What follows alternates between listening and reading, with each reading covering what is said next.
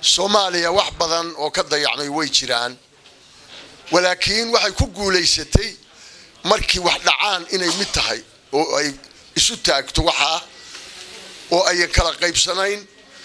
dad badan oo afkaar badan ku kala duwan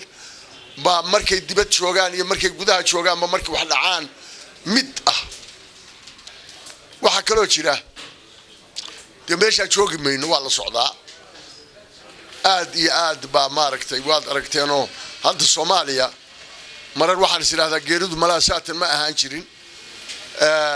odayaashaana xoogaa la iyo dadka waaweyn waxa la ina yarba intuu aabihiisu arkay ciro weyn buu yiraahdo maxaa malakumood mareer u bislaaday maanta urdankana waa ku daaqaabu yaana aqaan ma xishoodo ma garantay marka horta dhalinyaro rag madax madow baa u badan tihiin fadhi ma jiro waa la socdaa marka wax hormarsada inta aad shaqaynaysaan wax geeysta anigu intaas soo jeedin lahaa mar labaad iyo mar saddexaad ba wadi salaamaya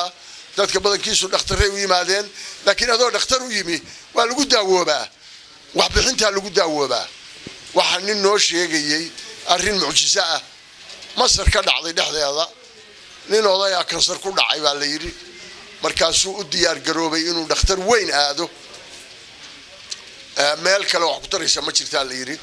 mala Jarmal iyo waxba dad ku sheega ninkii subaxdii isagoo diyaar garoobaya buu caruurtiisi wuxuu carabtana waxa u soo adeega ragga wuxuu dacay caruurtii inuu suuga fiican ka ducaysto u keeno ninkii libla isagoo la joogo wuxuu arkay islaan marba ninka kani waxa uu iska gooyo tuuro ursanaysa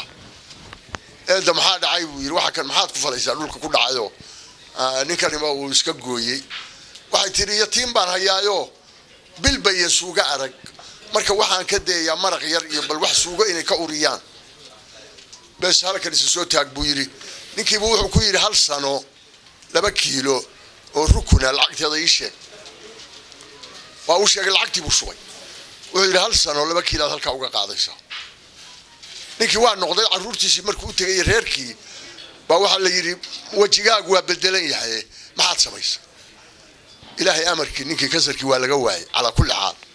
sidii buu ku biskooday sadaqadu waa taa marka raggeena dhakhtarka uu yimi xoogaa guntiga ku hayo war halkaas ka dhowdahan malaynayaa iyadana yeynaan ilaawin wassalaamu calaykum wa rahmatullaahi wa barakaatuh wa idin mahad celin